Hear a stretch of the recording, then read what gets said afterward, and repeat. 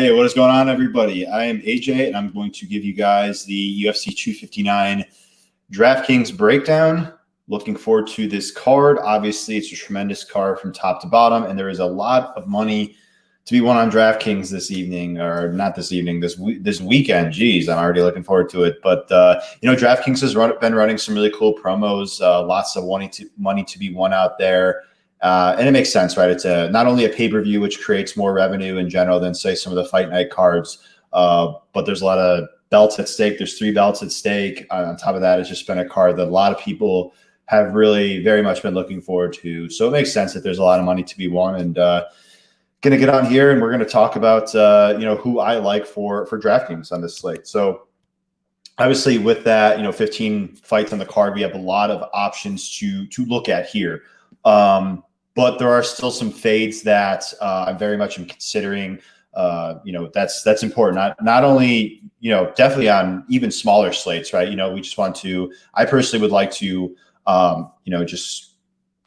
make sure that I'm really hammering down on the exposure of the fighters that I want more than others, and then lower owned on some, just because it's a strategy that I like to implement. I don't want to, plant my flag in too many different places. Well, I guess I'm not really planting my flag, but I'm kind of just spreading myself too thin if I'm investing in like everybody, right? Equally shared. So I want to diversify, but do so in such a way where I want to have more exposure to some fighters that I'm confident in for DraftKings than, say, others that I'm maybe not as high on to put up a big score. So let's get into it. So cash game plays for me, it's Amanda Nunes. She is like the must cash game play for me. She is obviously a massive favorite here. One of the biggest favorites we've seen in quite some time, minus 1,400 on some books. And she's also got a tremendous inside distance line. Does Amanda? She's minus 340 to win inside the distance. I can't tell the future, but regardless of the result, Amanda Nunes is a play that I want to have in my cash game lineup. She's a massive favorite. She's got a massive inside distance line, the best on the card, hands down, by a wide margin. And she has a lot of potential, I think, to grapple here. I said it in my breakdown earlier this week, but Megan Anderson, the area of her game that she needs more work on is her defensive grappling. We saw that not only in the Holly Holm fight, where she was taken down several times and controlled, but also the Felicia Spencer fight, where she was not only put in disadvantageous position on the ground, but finished. And Amanda is a tremendous grappler. She is a solid wrestler. She's got double legs. She's got a judo background, and she is a very good Brazilian Jiu-Jitsu practitioner. So I think that Amanda, again, I think she can win the striking exchanges, but, being the smart fighter that she is, training at a very good camp and American Top Team, I think that they're just going to want Amanda to go out there and just shoot takedowns on Megan as a path of least resistance. And I think she's got a strong chance to just dominate, get a finish. And so Amanda Nunes for me is a must play in cash. Megan Anderson is just not a fighter that I want a lot of exposure to. I've played her in the past, but it's just, this is a different matchup. She's a massive underdog. I don't want to invest in a lot of massive underdogs really in general for DraftKings or betting, because the odds makers, they do what they do for a reason. They're saying that this fighter is not very likely to win. Of course, everybody has a chance to win, but when we're talking about likelihood, it's just not something that I want to plant my flag on, have a lot of exposure to a big underdog. Of course, the case could always be made, but man, I just really think Nunes rolls here. And so for cash games, she's definitely somebody that I am locking in. Not a lock to win, but I'm locking into my lineup. So there's that. So some other cash game considerations that are favorites that I really like. I really like Islam Makhachev. He is the second biggest favorite on the card, by a pretty healthy margin, by like at least $1 or so, depending on what book you look at. And why I like Makhachev in the matchup against Dober, even though, again, I love Dober. I bet him against Hack Press. I bet him against Hernandez. Other fights as well of his in the past. But I don't think this is the best matchup for Dober. Makhachev is one of the best grapplers in the UFC, in my humble opinion. He is very good at what he does, and he's definitely a very capable striker. The argument is there to be had that, Dober's a better pure striker, but as we talked about in my breakdown that I did earlier this week, Makhachev just does such a great job of range management, not throwing in combinations often. So he doesn't, he's not susceptible to countering opportunities because he's not, having excessive combinations. And so while Dober is a very good counter striker, very technical striker, I don't think that he's going to be able to land on Makhachev with consistency. Makhachev is very good at keeping his range, throwing kicks on the outside, throwing straight punches. And like I say, he's definitely coming along in that regard. So I actually think the striking exchanges will actually be fairly competitive here. Because of Makhachev's, willingness to just stand on the outside and not take too much damage, while also, basically pot shotting on the outside. Why I really like Makhachev for DraftKings is because we know with this new scoring system, it is very, very beneficial to these grapplers, right? We saw it in just the last event, right? Just significant strikes, even if you rack up a decent amount of them, it just ain't going to cut it with this new scoring system. I mean, and look, that's just me being honest. It's just the way things are. What do we value now with this new scoring system? We want finishes, obviously, but we also really love grapplers. DraftKings now is rewarding not only for takedowns, which they always did in the past, but control time on the ground, which is what Makhachev loves to do. He's a very good control grappler. Like I said, he's very credentialed in grappling, but he's also very good at passing the guard. When in top position, he utilizes that, Dagestani handcuff that Paul Felder talks about for control. He's just very strong in top position as Makhachev, just positionally, technique-wise. And Dober, again, I like him as a fighter, but we've seen Dober taken down in a lot of fights, right, by guys that I don't think are as good at grapplers as Makhachev. We saw that in the Alexander Hernandez fight. Hernandez was rocked. He was still able to take Dober down a couple times. We saw that against Beneil Dariush. He was mounted and then submitted. We've seen him taken down in other fights in the past. Again, these are good fighters that are taking Dober down and in the case of Dariush, finishing him. But, Makhachev, I think that there's a solid argument to be made that he is a better grappler than those guys, with all due respect. Those guys are tremendous at what they do, but Makhachev is excellent. There's a reason why a lot of us are very high on him. And, he's got all the goods to potentially be a top 5 guy in this weight class. Who knows, maybe even champion, right? Time will tell. But regardless, as it pertains to this matchup, the grappling, I think Makhachev will be able to take Dober down, control top position, and I think he will look to get a finish. I think he will get a finish on Dober here. Makhachev is a very good submission grappler. And Dober has given up a lot of position on the ground in the past. So I do like Makhachev for DraftKings. Again, he's got good win odds. He's got a lot of grappling upside. And I do think that he has a decent chance to finish. At the time of recording this here on Monday, finish prop is not out yet. It doesn't look like it's going to be obviously a minus number considering the over 2.5 rounds is minus 185. But then again, I can realistically see, my eyes tell me from tape that Makhachev could very realistically go out there and get a submission win in addition to the top control. He is somebody to me that is very interesting as well. A guy like Sean Brady also is very interesting because I do think that he's got a lot of advantage here over Jake Matthews. I think he's a better striker than Matthews. I think he fights at a higher pace. I think he's got better cardio, and I think he's a better grappler. Why I guess prefer Makhachev over Brady dollar for dollar is because Makhachev has higher win odds. But again, I think Brady is fine. Like I like him for DraftKings. He's another fighter where this new scoring system is friendly to him. He is a grappler. He is a black belt in Brazilian Jiu-Jitsu. He's a solid wrestler. He could chain wrestle. He's got nice double legs, things like that. So yeah, Brady is another guy just like Makhachev and Nunes. I'm considering him in cash, but also like him for tournaments as well. That's something that I guess could be, a little bit, it's caused me hesitation in the past, at least, where I'm like, okay, well, this fighter is a good play for cash games, but are they a good play for GPPs? And in a lot of cases, that's the way that I do it, right? There are times where it's like, yeah, I mean, I want this fighter for cash games if they're like, say, 7,400 and they're priced in a pick'em fight, like their odds value, right? And by having that, it's like a value play. But in tournaments, if it's a fighter that I'm, say, not so confident in them winning or putting up a finish, I'm willing to kind of be underweight to them in GPPs. It's kind of like a leverage or a hedge, if you will. But in the case of these three fighters that we talked about, Nunes, Makhachev, and Brady, I like them in both formats. Again, they all of them have the potential to go out there and grapple a lot. So that's what's money on this new scoring system. Again, and that's why I think that they're in play. So those are the ones that kind of stick out to me the most in terms of like win odds, especially Makhachev and Nunes. Win odds, grappling upside. I really value that in the new scoring system. for cash. Some cash game underdogs that I'm considering. We got, there's a lot of different angles I think you could go, especially with like 15 pro fights, but there's a lot of fighters that have odds value relative to their price, compared to the other fighters in the fighter pool here. So like Kyler Phillips, his betting line is getting a lot better here at the time of recording this. Who knows, by the time you get this video, he might be in a pick'em fighter, who knows, be favorite, but he's getting bet here at 7,400. He has a better chance to win per the betting odds than say some fighters that are priced above him, like Thiago Santos for one.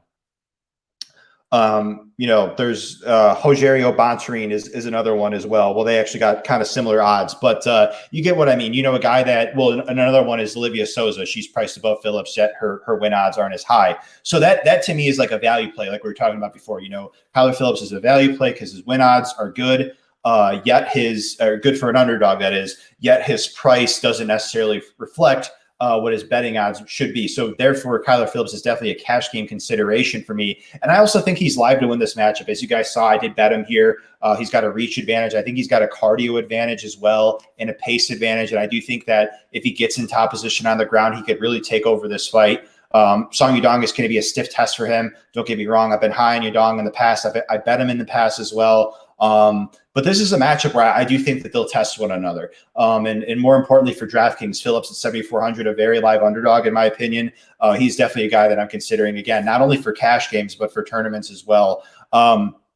Some other fighters, Aljamain Sterling, at the time of recording this here, he's in a pick'em fight, yet he's 7,800 in not the main event, but he's in a title fight. So he does get those extra 2 rounds. Him and Jan get those extra 2 rounds if need be. Piotrian, that is. But yeah, Sterling, I like him in the matchup. He's got the reach advantage. I think he's going to have a volume and footwork speed advantage here.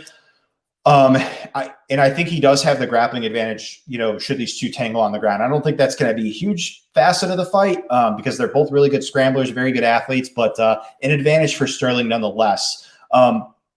So when we're talking about, Sterling in cash games, he, again, is intriguing to me for that reason. He's an odds value play.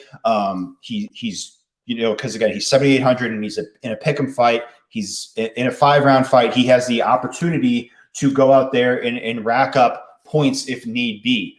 Again, he's more of a volume striker than say I would quantify him more as that in this matchup. Again, he could finish Jan, but I think more than likely it probably goes to decision. So he is a guy that I don't want, maybe say, 5 out of 10 lineups in, 50% exposure to in GPPs. But again, for cash games, a very live fighter priced below the mid-range in one of the title fights. Aljamain Sterling to me is definitely a guy priced below the mid-range that I do like for cash games as well.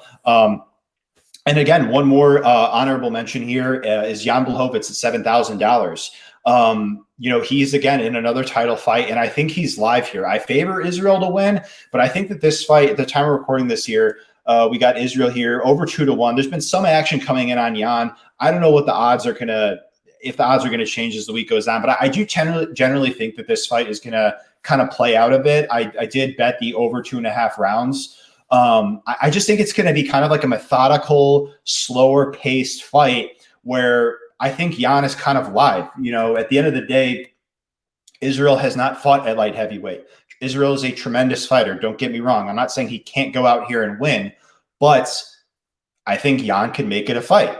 And I'll get into the fade category here in a little bit. Might be a bit of a hot take to some, but I'm not that big on Israel for DraftKings this week. And part of it is because of the tempo in which I think these two will fight. There will be a lot of feeling out. They are both very durable. They are both very defensively sound.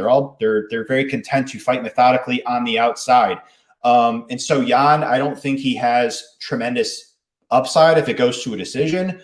Of course, he can always get a knockout. We know that he's got a lot of power. We know he's a very good fighter and striker. But he is a consideration for me in cash games, knowing that I get a fighter that is in a 5-round fight. I personally think is live. And who knows? I think it could get really close here. So being where he's priced, being that he is a championship level fighter as Jan Blachowicz, He is definitely very intriguing for me as a cash game underdog. As for the fades, the aforementioned, yes, Israel Adesanya is going to be one of my fades. Especially in DraftKings, where, like I say before, it's not as favorable to these volume strikers. Yes, we had an instance in Max Holloway where he went out there against Calvin Kattar, landed over 400 significant strikes in 5 rounds, just looked tremendous. He literally broke the scoring system, right? But what has happened over the grand scheme of things? We're coming off an event last card. We had Thiago Moises versus Alexander Hernandez, Dustin Jacoby versus Maxim Grisham. A lot of lower volume fights or lower scoring fights because the volume, the DraftKings scoring system now is not as favorable to the volume strikers.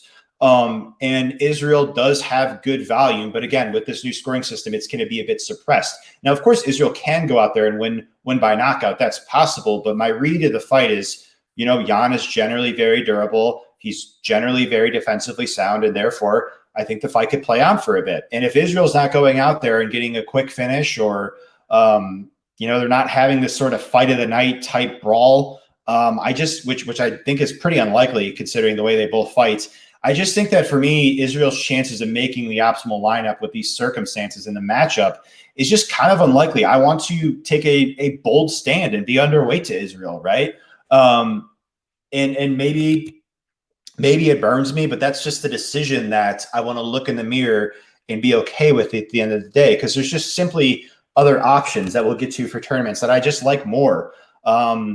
Again, his upside, I think the best case scenario for rostering Israel would be to get the knockout. And yes, he can do it. But again, Jan, very durable, very defensively sound, very content to play the outside game and slow the pace down. So I think it's got the potential to just kind of play out, right? So I'm pretty lower on Israel Adesanya in this matchup for DraftKings, as bold as that may sound. A couple other fighters that I want to fade / be lower exposed to. Another one is Mario Batista. I am sold on him winning the matchup, but similar to Israel, he's more so a volume striker guy. I think he's going to want to keep the fight on the feet where he's got the clear advantage over Trevin Jones. I just don't know why he would try to take Jones to the ground when that seems to be Jones's strength. He comes from a submission grappling background. So again, I'm not doubting Batista. He's a very good striker. I love his talent. I love his upside as a fighter. He's young. He trains with Casey Kenny and Sean O'Malley.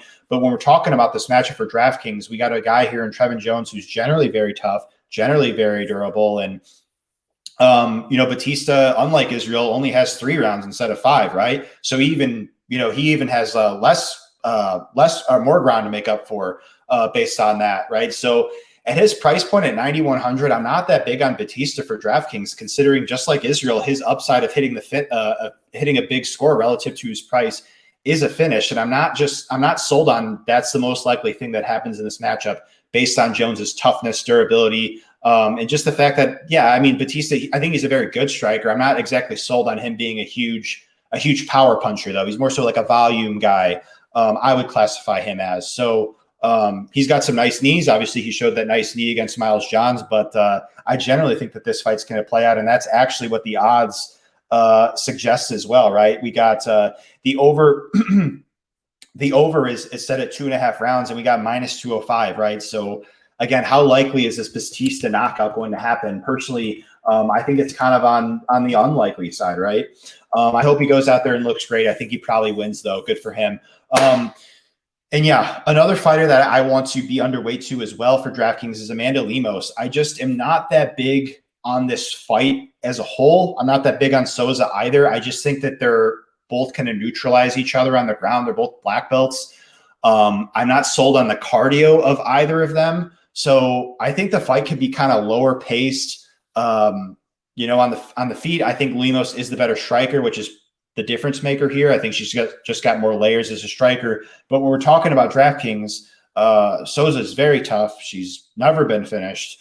And again, if they're going to be slowing down as the fight progresses, then in all likelihood, the finish would need to materialize early. And that's where I think the upside for the winner of this fight would more likely come from, would be by an early finish. So again, I'm not doubting anybody. But at the end of the day, when I'm talking about percentages, when I'm talking about likelihood of outcomes, how likely do I think that these outcomes are going to happen? And personally, there's just other chances that I want to take. It's an opportunity cost thing for me, right? So personally, I'm pretty low on that fight in general. And Amanda Lemos is another fighter that I would like to be underexposed to in DraftKings this week. So, and as it pertains to the tournament options, there's a lot of different ways we could go. Obviously, aforementionedly, we like Nunes, Makhachev, Brady. I'm not that big on Israel and Batista in Lemos for tournaments, but Uros Medic is a guy that I have my pauses on in the matchup. He's just, again, he's a guy that hasn't really been past the early going of the second round.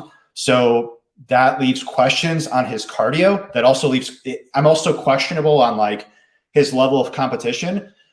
But at the same time, this is a guy that all of his wins come quickly, right? So he is a finisher, and we've seen Cruz finished in his debut. Medic is dangerous early on. And so he is definitely a risk. We've never seen him fight in the UFC. I think he is mostly knockout reliant here to get the upside, but it's a risk I'm willing to take, right? It's a spot where I don't think a lot of people will roster him because of the unknown. People would rather invest in Israel. They'd rather invest in fighters that they just feel better about. Brady, Makhachev, pretty much everybody else in this range, Yadong, Rakic. So people are going to look at Medic and go, you know, for the most part, too risky. I don't want to play him. And again, that's their choice, whatever. But I'm just saying, for me, that's an angle that I would like to have some exposure to, because again, he's an unknown that I think could pay off in a big way in tournaments. Risky, but a risk that could certainly pay off at a lower ownership and potential for a finish as well. Carlos Oldberg, another guy, right? He has a lot of hype coming off the Contender Series, and you know, the fight doesn't go to decision is very juiced, minus 265 per 5 times time recording this. He doesn't have his inside distance line out, but I would imagine to be very high. Very good kickboxer. I think he's a better kickboxer than Kennedy. Just like Uros, he is a risk. And I do think that he will be lower owned despite hype on him as a fighter, just because, again, people don't know what to expect out of a UFC debutant. It's their choice, but I'm just saying that edge is always going to be there. If you do your homework on these fighters pre-UFC, you're able to get an edge because the masses, the public, don't have as much eyes on the regional product.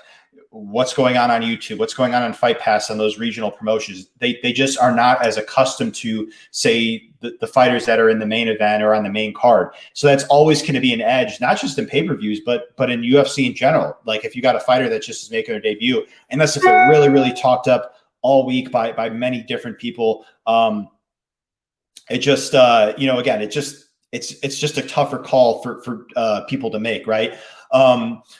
So yeah, those are my thoughts there. And then also just there's other fighters that I like as well. Alexander Rakic, Santos has been finishing a lot of his losses. I also like Santos as well. I'm pretty big on that fight. I think that if Santos wins, there's a decent chance it's by finish. He's 7,600. Santos is a very dangerous finisher. It's there. You know, we saw Rakic. He was rocked badly by Devin Clark. It's there. I'm willing to take some chances on Santos in tournaments.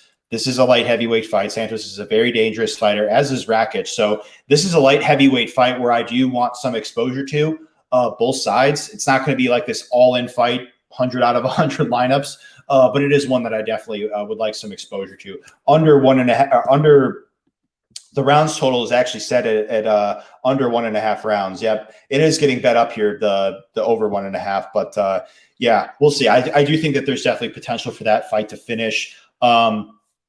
Obviously, there's other options in this range as well. I get, fighters like Song Yadong, Piotr Jan.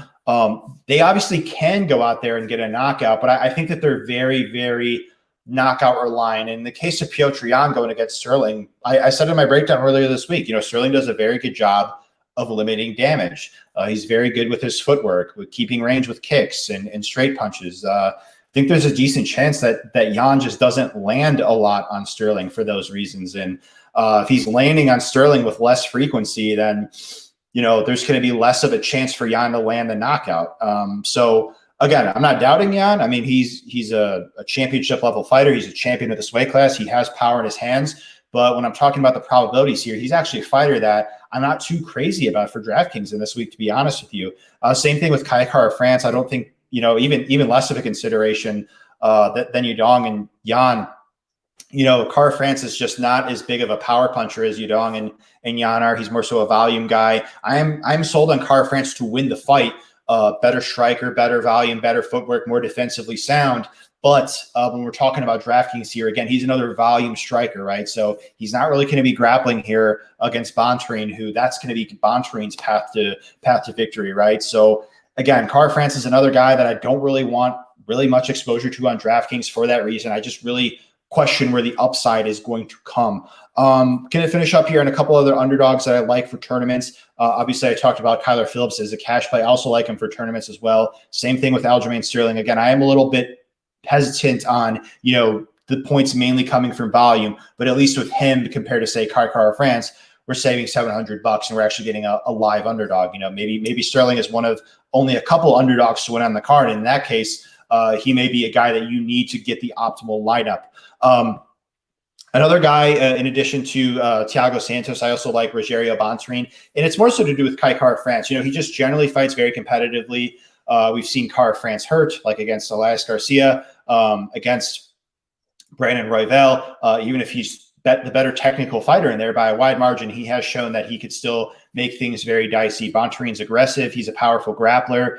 I wouldn't be shocked to see Bontrain make this fight close and maybe even win. So he's not an underdog that I feel super confident in, but he is an underdog that I am interested in nonetheless for tournaments. And kind of close things out here with Elon Cruz. Again, I like that fight between him and Medic as a whole. Medic, he hasn't been past the early going of the first round. And, he seems very aggressive offensively, but defensively, there's definitely a lot of openings there. So Cruz has the reach advantage, obviously. I think his cardio is more trustworthy down the stretch.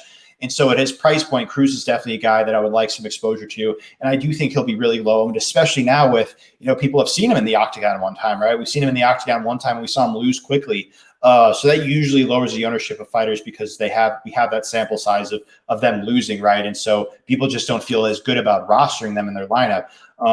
But that's always going to be the edge in DraftKings, take those risks. Again, I like it's important that I play the fighters that I feel good about, that have high upside, that are safe, but also taking shots on these fighters that are lower owned, higher risk, higher reward options in GPPs. Those have really catapulted me and won me tournaments in the past, got me into qualifiers as well. So it's all about the risks, just taking smart calculated risk, not all playing it safe, right? That's something that I had to get out of my comfort zone and do. Again, I always say safety is for cash games, right? In GPPs, that's when I'm more risky with my decisions, right? Because they're more willing to pay off. So yeah, that'll conclude this DraftKings breakdown for UFC 259. Thank you guys so much. If you guys like this sort of content, feel free to subscribe to the YouTube channel. Feel free to leave a thumbs up below. Please feel free to leave a comment. You could follow me on Twitter at AJ_SCHULLO. I'd like to thank you so much for your time, and best of luck